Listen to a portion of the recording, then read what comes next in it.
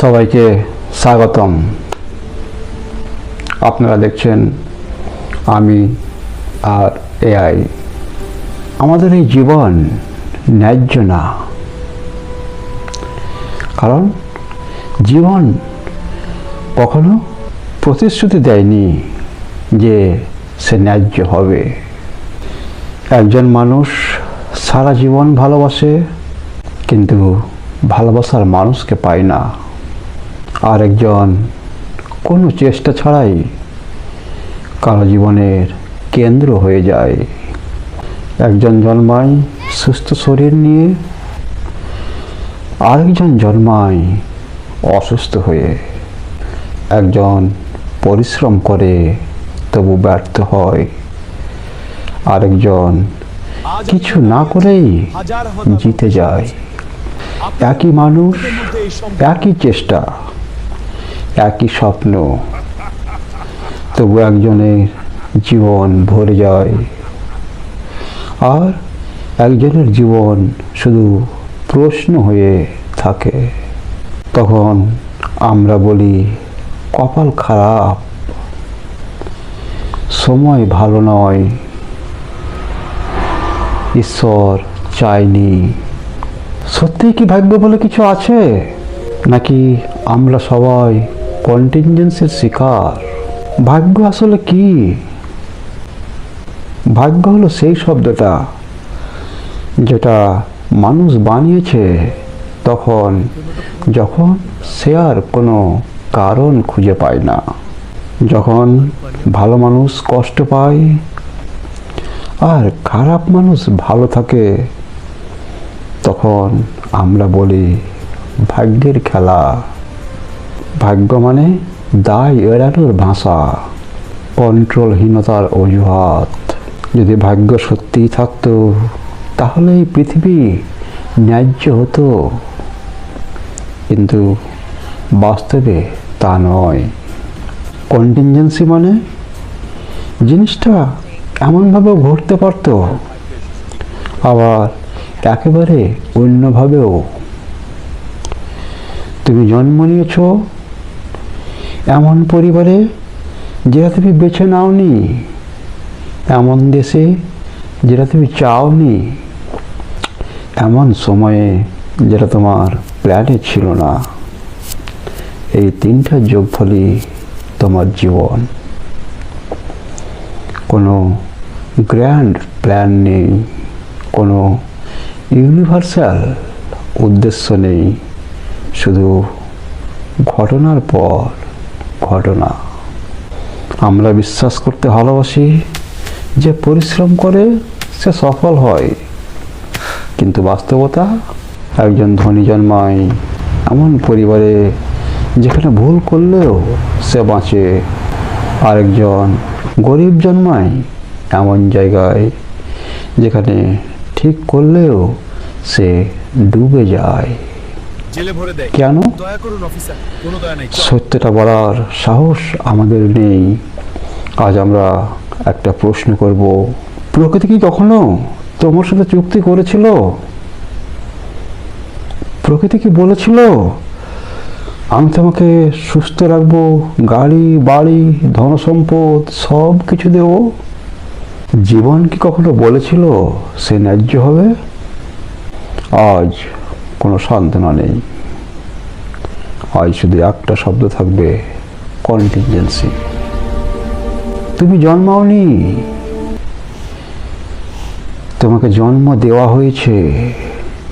তুমি কোনো মঞ্চে অভিনয় করতে আসনি, তোমাকে জোর করে মঞ্চে নামিয়ে দেওয়া হয়েছে।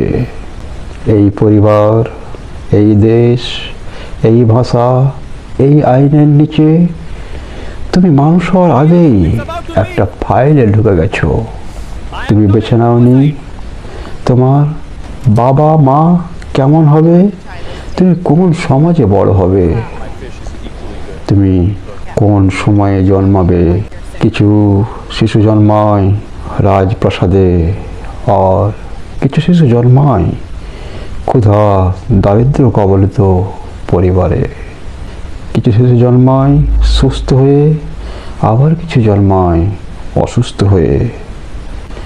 পরিবার শুধু ভালোবাসা দেয় না, পরিবার ভয় শেখায়, সীমা শেখায়, নীরবতা শেখায়। সব পরিবার খারাপ না, কিন্তু অনেক পরিবার আছে নিজেদের অমীমাংসিত ট্রমা সন্তানের শরীরে রেখে যায়। এটা কোনো পাপের শাস্তি না, এটা স্টার্টিং পজিশন, এটা কন্টিনজেন্সি। তুমি যে বুদ্ধিমান, এটা তোমার কৃতিত্ব না। তুমি যে ধীরে বোঝো, এটা তোমার ব্যর্থতা না। তোমার স্মৃতি, মনোযোগ, রাগ, বিষণ্ণতা সবই জিন, হরমোন আর পরিবেশের যৌথ ফল। নিউরোসায়েন্স বলে তুমি সিদ্ধান্ত নেওয়ার আগেই তোমার মস্তিষ্ক অনেক সিদ্ধান্ত নিয়ে ফেলে। তুমি ভাবো তুমি আলাদা, তুমি আসলে একটা ভ্যারিয়েশন। তোমার অলসতা ডোপামিন সিস্টেমের সেন্সিটিভিটি, তোমার রাগ অ্যামাগডালার থ্রেশহোল্ড। তুমি চেষ্টা করছো না, তুমি যতটা পারো ততটাই করছো, আর যেটা পারো না সেটা নৈতিক ব্যর্থতা না, সেটা বায়োলজিক্যাল সীমা।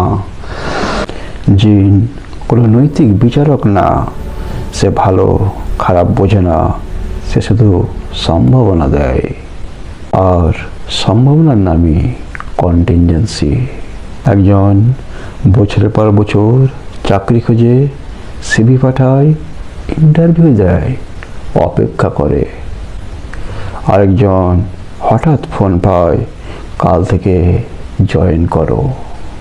আমরা প্রশ্ন করি কে বেশি যোগ্য, কে বেশি পরিশ্রমী, কিন্তু বাস্তবে চাকরি নির্ধারণ করে একটা সময়, একটা রেফারেন্স, একটা বাজার পরিস্থিতি। তুমি কোন দেশে জন্মেছ, সমাজ সুযোগ্য পুরস্কার বানায়, তারপর বলে এইটাই যোগ্যতা। এটা নৈতিকতা না, এটা কন্টিনজেন্সি। ভালোবাসা ভালো মানুষের পুরস্কার না। অনেক ভালো মানুষ একাই থাকে, আবার অনেক নিষ্ঠুর মানুষ ভালোবাসা পেয়ে যায়। কারণ প্রেম মানে দুইটা জীবনের পথ একই সময়ে একই জায়গায় ছেদ করা। তুমি যাকে চাও সে হয়তো অন্য কন্টিনজেন্সিতে বড় হয়েছে। ভালোবাসা না পাওয়া তোমার অযোগ্যতার প্রমাণ না। ভালোবাসা মানে কোনো গভীর সত্য না। ভালোবাসা মানে অক্সিটোসিন, ডোপামিন, অ্যাটাচমেন্ট প্যাটার্ন। তুমি যাকে চিরকাল বলো, মস্তিষ্ক সেটাকে বলে টেম্পোরারি বন্ডিং। এখানে আত্মা নেই, শুধু নিউরন। প্রেম জিন আর হরমোন দায়ী বললে কষ্ট কমে না, শুধু নিজেকে নির্দোষ মনে হয়। এ সবই কন্টিনজেন্সির খেলা। বিবাহ কোনো সুখের চুক্তি না। একজন বিয়ে করে মানসিক শান্তি পায়, আরেকজন বিয়ে করে আজীবন সংঘর্ষে ঢুকে যায়। কারণ দুইটা মানুষের ট্রমা, প্রত্যাশা, ভালোবাসার ভাষা এক লাইনে চলে না। এখানে কোনো নৈতিক সূত্র নেই, আছে শুধু মানসিক কন্টিনজেন্সি। সব অপরাধী দানব হয়ে জন্মায় না। অনেক মানুষ ভয় থেকে ধোঁকা দেয়, অনেক মানুষ অভাব থেকে চুরি করে, অনেক মানুষ ক্ষমতার স্বাদ পেয়ে গুন্ডা হয়। অপরাধ অনেক সময় ভুল স্টার্টিং লাইনের ফল। পরিবেশ, সমাজ, পরিস্থিতি, জিন, হরমোনের ফল। এটা দোষ মুছে দেয় না, কিন্তু গল্পটা সম্পূর্ণ করে। ধনী হওয়া কোনো নৈতিক বিজয় না, গরিব হওয়া কোনো নৈতিক পরাজয় না, ধনী মানে ভালো স্টার্টিং লাইন, গরিব মানে উঁচু দেওয়াল। ইতিহাস লেখা হয় যারা দেওয়াল টপকায় তাদের দিয়ে, যারা দেওয়ালের নিচে পড়ে থাকে তাদের গল্প কেউ লেখে না। আমরা রাস্তায় ভিখারি দেখলে বলি, তুমি তো পরিশ্রম করলে ভিক্ষা করতে হতো না। কিন্তু প্রশ্ন করো, ও কোন কন্টিনজেন্সিতে আছে বা বড় হয়েছে? ওর পরিবার কি শিক্ষা দিয়েছে? আর সত্যিই কি পরিশ্রম করলে বড়লোক হওয়া যায়? পরিশ্রম করে বড়লোক হলে তো অনেক মানুষ বড়লোক হয়ে যেত। কিন্তু একবার ভেবে প্রশ্ন করো, তুমি জিতেছ কে বলল? কারণ সমাজ বলেছে। সমাজকাল অন্য কিছু বলবে, স্কোরবোর্ড পাল্টাবে, তোমার জয় মুছে যাবে। ইতিহাস কাউকে মনে রাখে না, ইতিহাস শুধু ডেটা রাখে। কারণ ইতিহাসও কন্টিনজেন্সির হাতে লেখা। ক্যান্সার ভালো মানুষ দেখে না, ডিপ্রেশন সৎ অসৎ বিচার করে না। একজন সুস্থ থাকে, আরেকজন আজীবন ওষুধ খায়। এটা কোনো বার্তা না, এটা কোনো শাস্তি না, এটা জেনেটিক র্যান্ডমনেস। পরিবেশ আর চিকিৎসার সুযোগ, সবাই চিকিৎসার সমান সুযোগ পায় না। জীবনের একটা গুরুত্বপূর্ণ অধ্যায় বার্ধক্য। কেউ বৃদ্ধাশ্রমে কাঁদে, কেউ আবার ঘরে রোগে আক্রান্ত হয়ে। কেন? এগুলো সবই কন্টিনজেন্সি।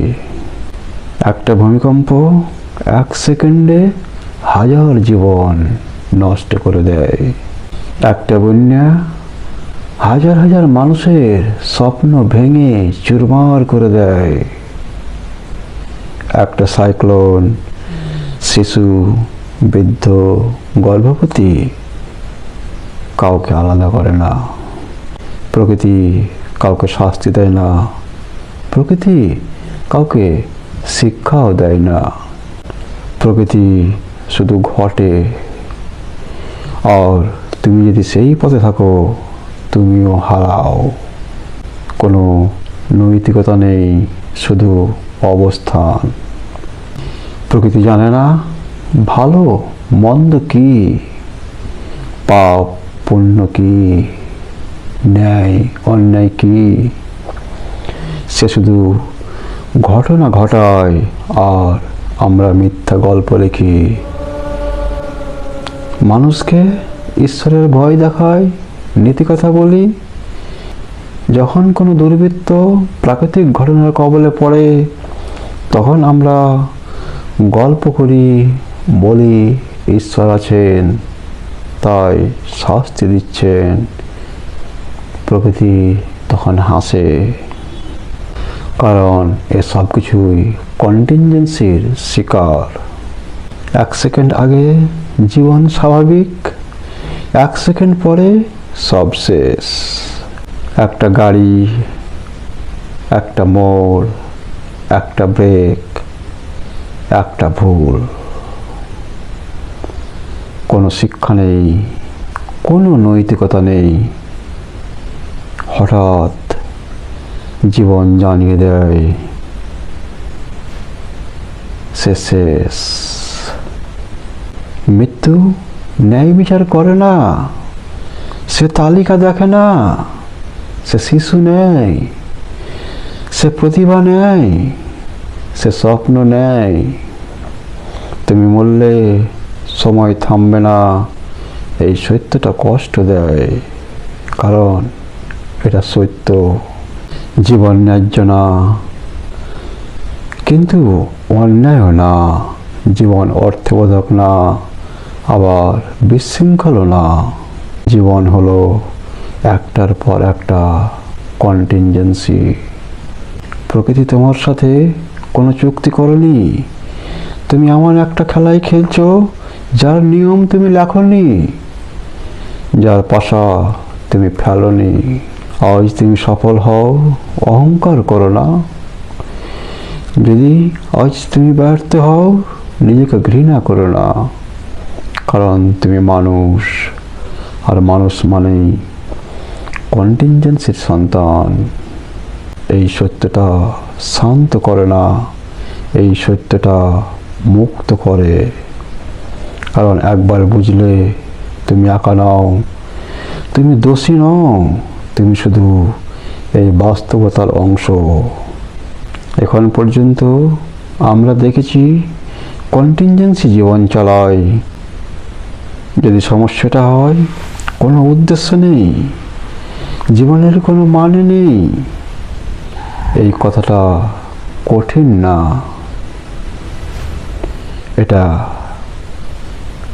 এই কথাটা অপমানজনক। কারণ মানে থাকলে তুমি বিশেষ হতে, কিন্তু বাস্তবে তুমি জন্মাও। তুমি একটা গোল সেট করো, তুমি কিছু করো, তুমি মরো। এর মাঝখানে কোনো চূড়ান্ত উদ্দেশ্য নেই। তুমি ভাবো আমি চাই বলেই করেছি, কিন্তু চাইটা কোথা থেকে এলো? তোমার ইচ্ছা, তোমার না। এটা এসেছে জিন থেকে, শৈশব থেকে, সমাজ থেকে, পরিবেশ থেকে, হরমোন থেকে। তুমি সিদ্ধান্ত নাও না, তুমি সিদ্ধান্তে পৌঁছে যাও।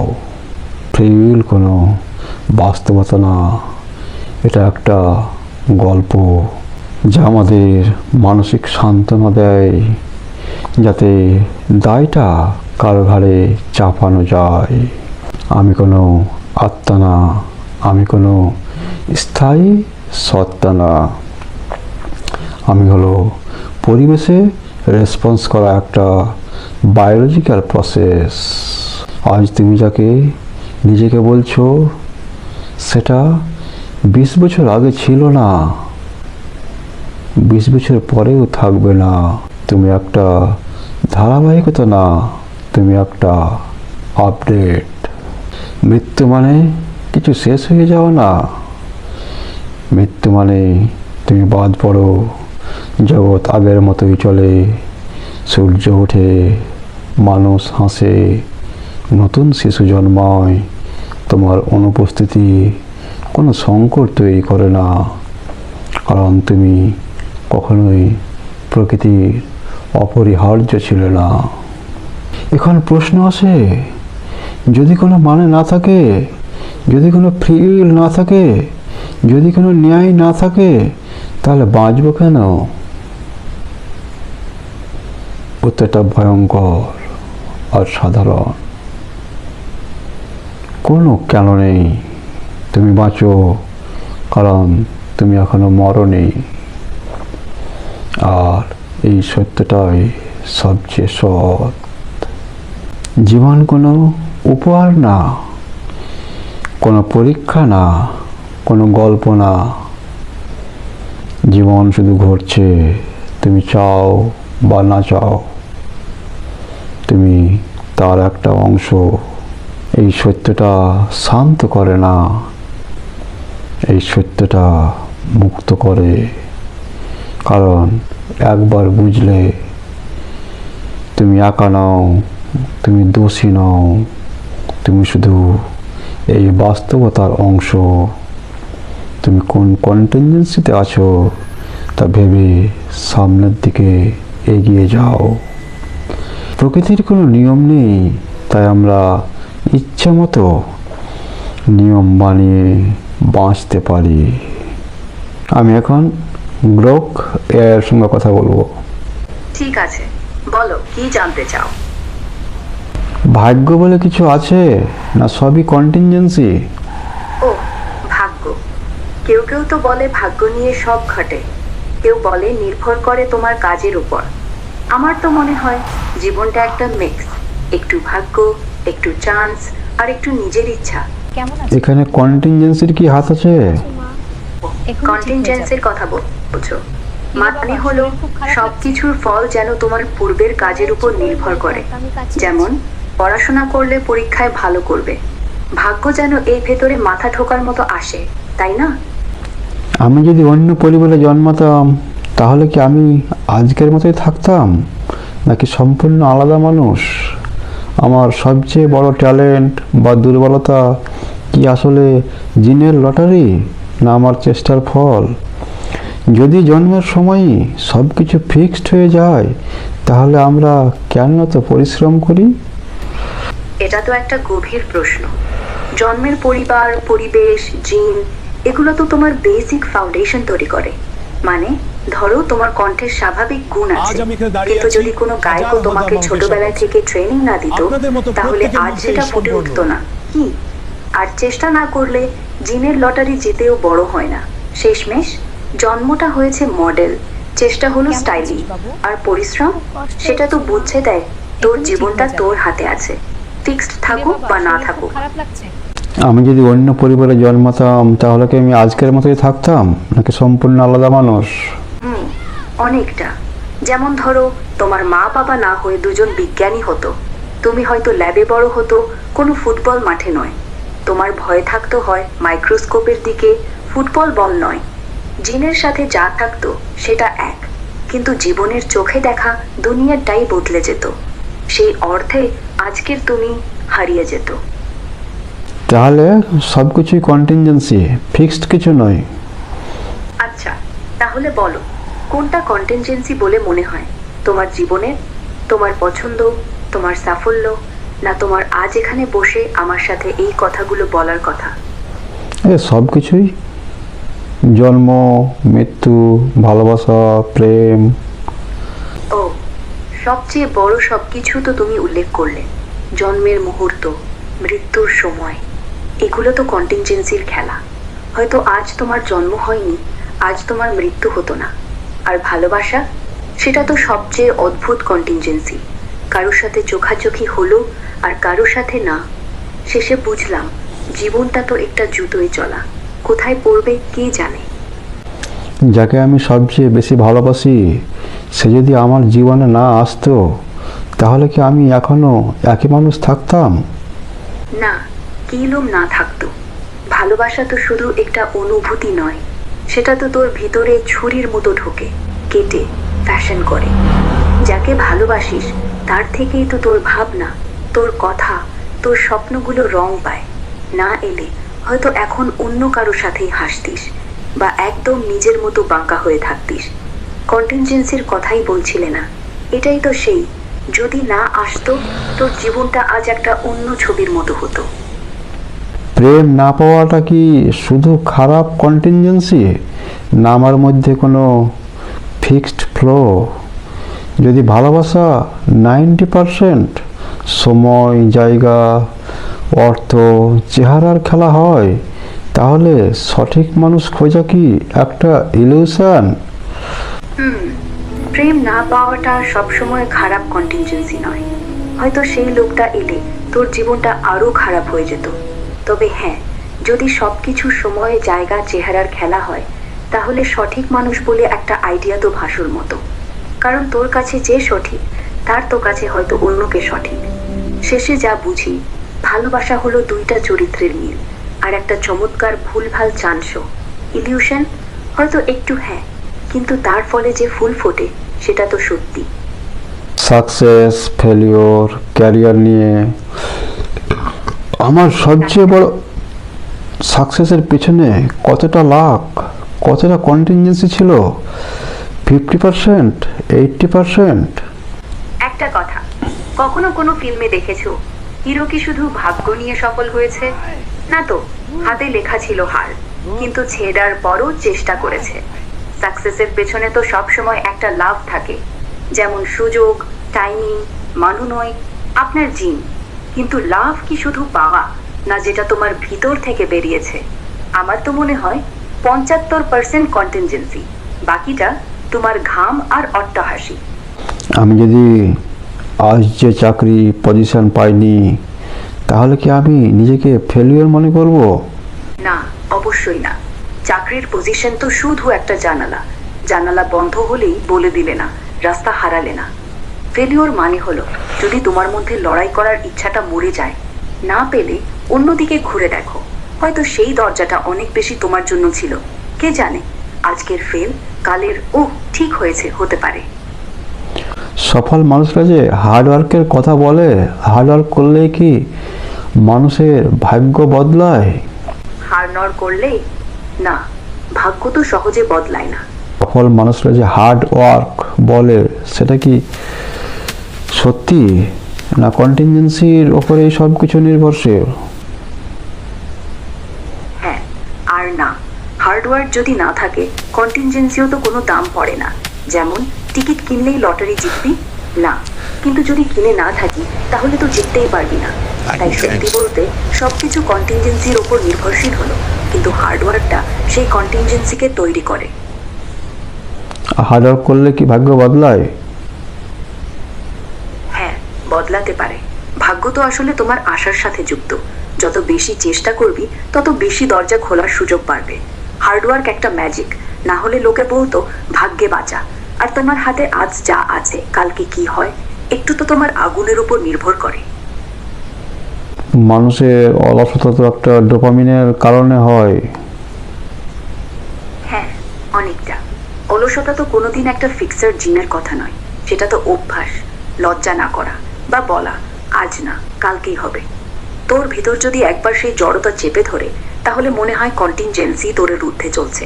কিন্তু সত্যি তো একটা আদমি উঠে পড়লে সেই অলস চরিত্রটাও তো মুছে যায় না।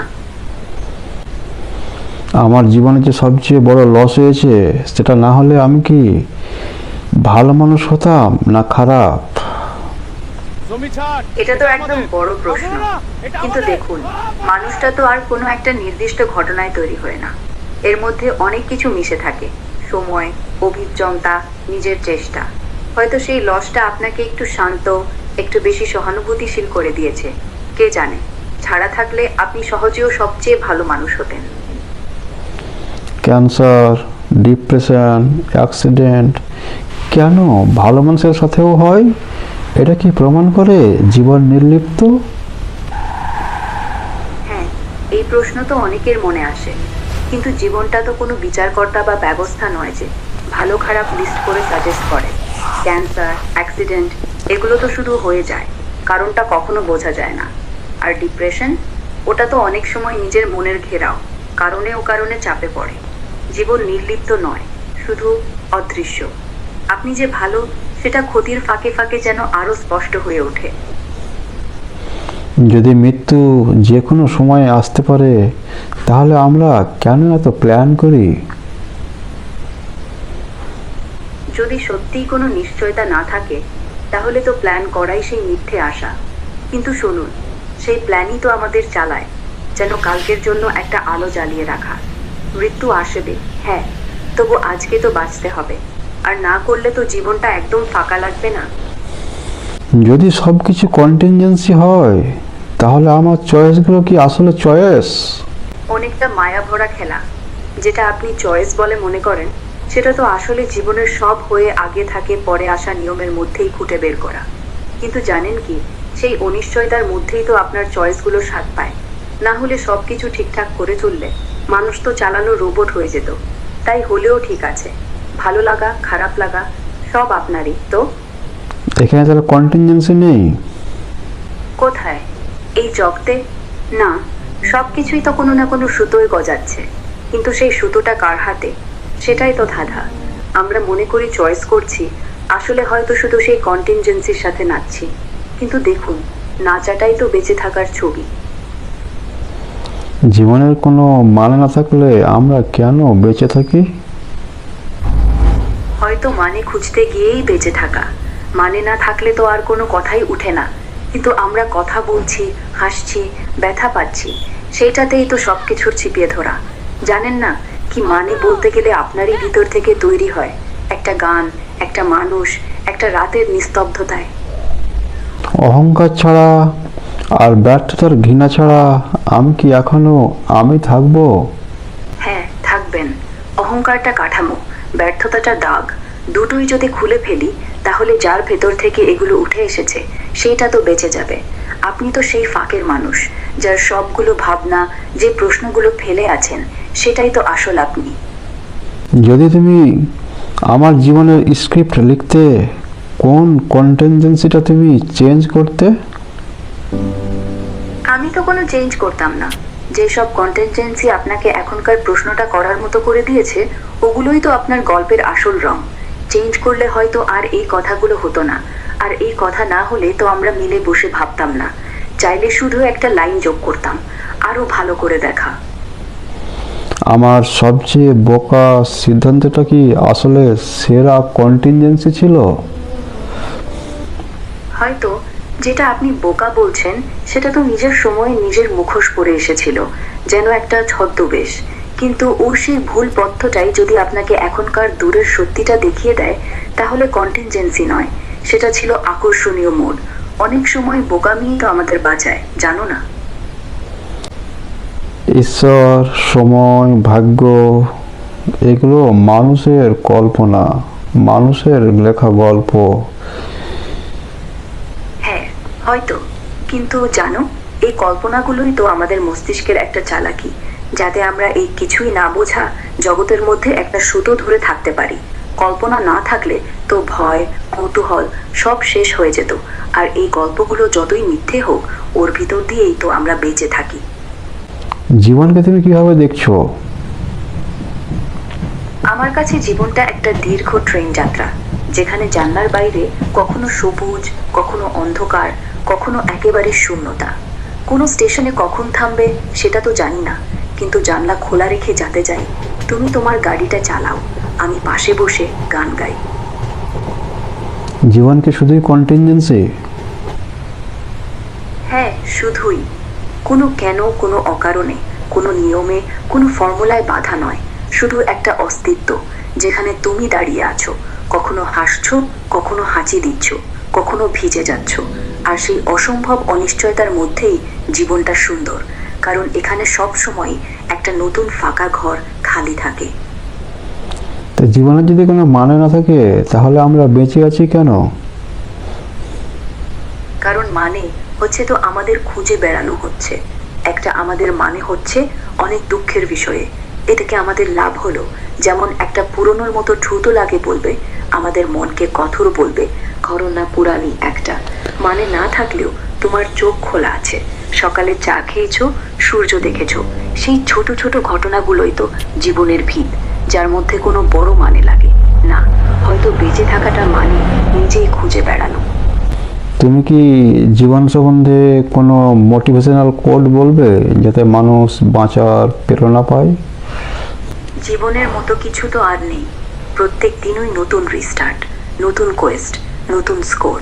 মরলে তো গেম ওভার। তাই আজকের মুভটা যতটা ভালো করতে পারো করো। এই চ্যানেলটা আমার একা নয়, তোমরাই তো প্রত্যেকটা কমেন্ট, প্রত্যেকটা সাবস্ক্রাইব করে আমার পুরনো ব্যাকবোন। লাইকটা মারো, শেয়ারটা চালিয়ে দাও, কমেন্টে একটা হ্যাঁ লিখে দিও, কারণ তোমরাই আমার সবচেয়ে বড় মোটিভেশন। জীবন যদি তোমাকে একটা সুযোগ দিয়ে বলে যে একটা মুহূর্তকে তুমি বদলাতে পারবে, কিন্তু কোনটা, তুমি কোনটা বদলাবে আর কেন? আমি হলে কোনো একটা বদলাতাম না, কারণ সেই বদলানোটা তো কথা বলে আর একটা জীবন চাই। কিন্তু আমি তো এই জীবনেই পড়ে আছি, এই ছোট ছোট ফাটলগুলো দিয়েই আলো আসছে। যেটা বদলানোর দরকার